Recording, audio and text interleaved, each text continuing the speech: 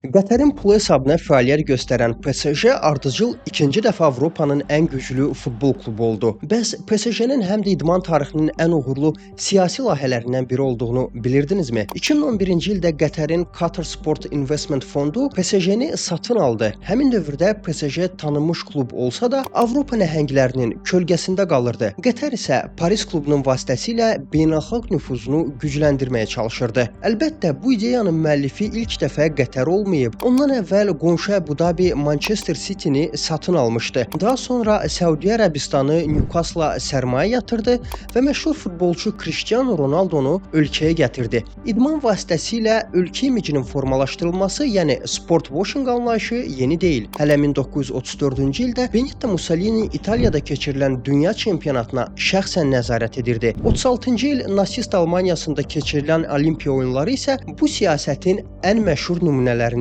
biri sayılır. Lakin əvvəlki layihələrdən fərqli olaraq Qətər uğur qazana bildi. PSG son 14 mövsümün 12-sində Fransanın, son 2 ildə Avropanın ən güclüsü oldu və azarkeşlərə hücum futbolunun gözəlliyini təqdim etdi. Maliyyə baxımından da nəticələr diqqət çəkir. 15 il əvvəl PSG 70 milyon alınsa da, bugün klubun dəyəri 4 milyard avronu ötür. Paris Saint-Germain artıq qlobal brendə çevrilib. Dünya Qətəri də əvvəlkindən qat-qat yaxşı tanıyır və bugün Qətər haqqında danışarkən insanların ağlına ilk olaraq insan hüquqları, söz azadlığı və ya digər mübahisəli mövzular deyil, dünya çempionatı, böyük futbol və PSG gəlir.